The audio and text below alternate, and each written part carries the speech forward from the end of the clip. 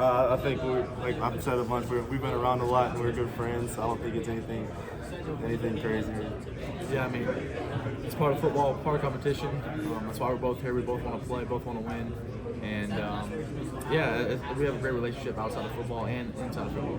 You handled that really well.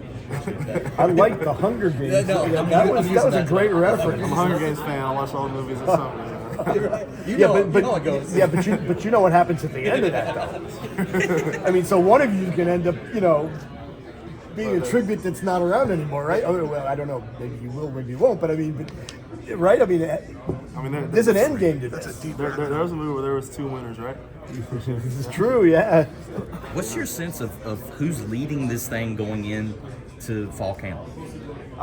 In terms of the competition? I think you can't tell until you get in the heat of things, get in the heat of battle. We both had good springs, good summers, so I mean, there's a lot more football to be played to tell. Same thing. I mean, we got fall camp coming up in 4 days? Yeah. So, I know we're both looking forward to it, both competing, both getting after it.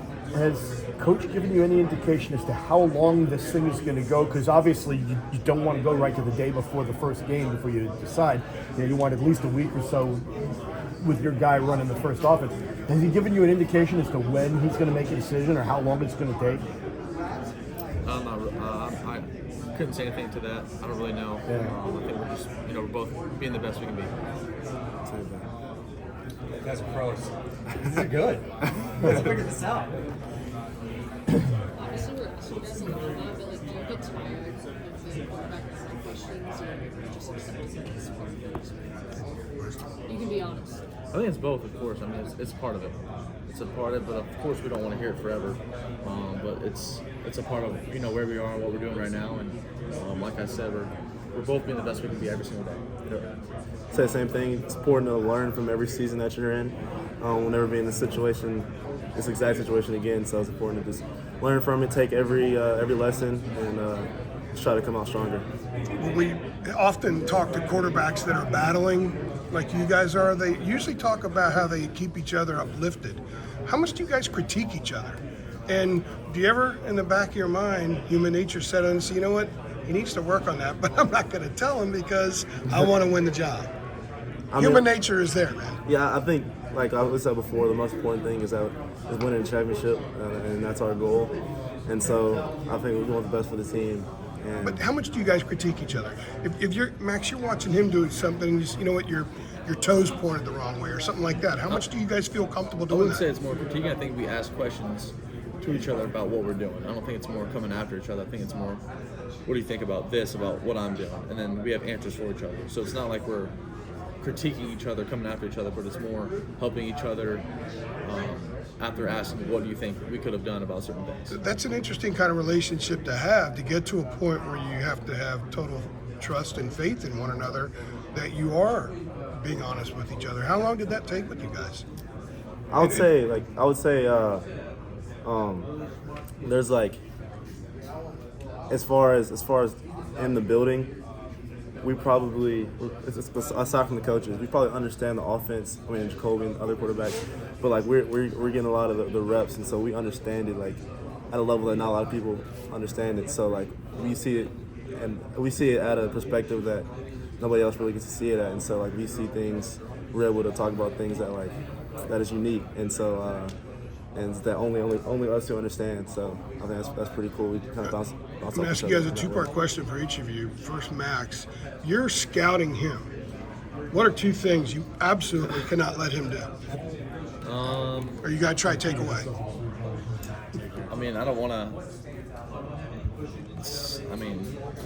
to just take away all the good things, but I would say if I'm him, I'm not letting him throw the deep ball. I'm definitely not doing that. I'm definitely not letting him go QB draw. Nah, he hit the defense so many times in the spring, ran a certain play. I mean, he probably broke it 10, 15 times. I think he had one in the spring game too, right? It was in a practice that we saw, I think. Yeah, It was a TD in practice. Yeah, it was in practice, yeah. Okay, same question to you about him. I'd say deep ball too. Really good deep ball thrower. I wouldn't sit back in the end zone and really soft zone and just let him pick you apart. I guess just just for both of you guys, just kind of a random question, but do you guys have like a favorite pregame song, hype song that you go to? I listen to Travis Green before the game. It's kind of like Christian artist. I love him. Yeah. You know. Yeah, no, Christian. Yeah, he's awesome. So I listen to his music, Found and Won't Let Go. Those two songs are really good. I kind of listen to more mellow music. I used to listen to a lot of rap when I was younger, freshman year, and hardcore rap. But I don't really listen to rap anymore. I kind of listen to Christian music, country music, just kind of more relaxed, kind of play loose. Do you guys like compare notes on the country music, Christian music at all? Share some music with each other? I try to play some Christian music in the morning sometimes, and I mean, I'd say that's probably the standard of it. So. I think the only time we hear each other's music is either in the locker room or in the car going somewhere.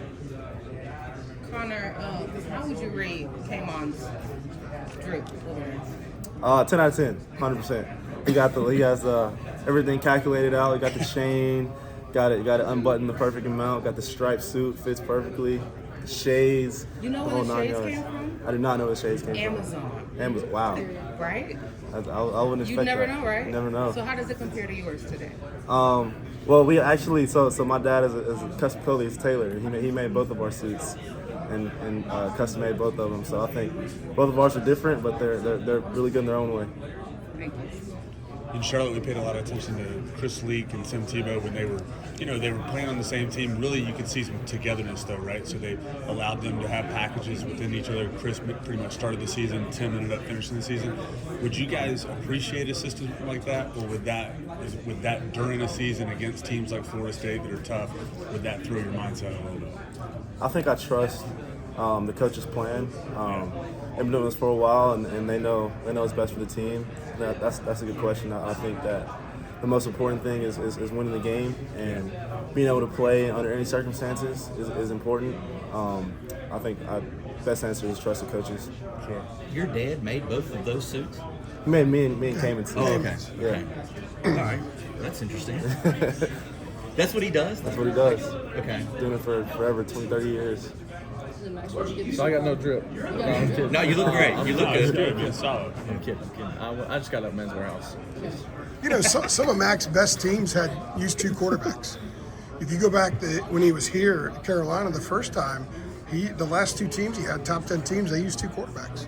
One was all conference, but Chris Keltner, but Oscar Davenport still played a lot. The next year he was more the starter. He has a history. He did it at Texas too. Major Applewhite was rotating and stuff like that. So how much do you know about his history of having success with two quarterbacks? It takes a special skill for two quarterbacks to learn how to coexist, but also for a coach to learn how to coach two quarterbacks that you're relying on to win games. Not trying to figure it out, but win games. Yeah, I mean that hasn't I don't think either of us have thought about it that much. I think that Your dad will know about a lot of that. Ask him about Mac winning with two quarterbacks. I will. He did it a lot. I'm sure your dad knows a lot about that. I think a very important thing is kind of living in the moment and not really worrying about the future too much. And we're going into fall camp and trying to be the best we can. So we never know what's going to happen in a month or two. So living in the moment is really important. How did they explain? I'm not trying to harp on the Jacoby stuff, but we hadn't seen you for a while. Haven't seen since spring game, I think. How did they explain it to you? Like when they came, whoever, Chip or whoever came, like how did they explain like why we're bringing in a third dude? I mean, you also have to remember we lost a quarterback in the portal too. Like Ted Hudson went to Coastal Carolina, Yeah. and so there's obviously more depth in whoever plays. But they said Kobe's coming back. We feel like it's going to benefit our team, and it is what it is, and that's part of college football, like what he's saying. So that's how they explain it to me. And then specifically, and again, like just harping on this, but obviously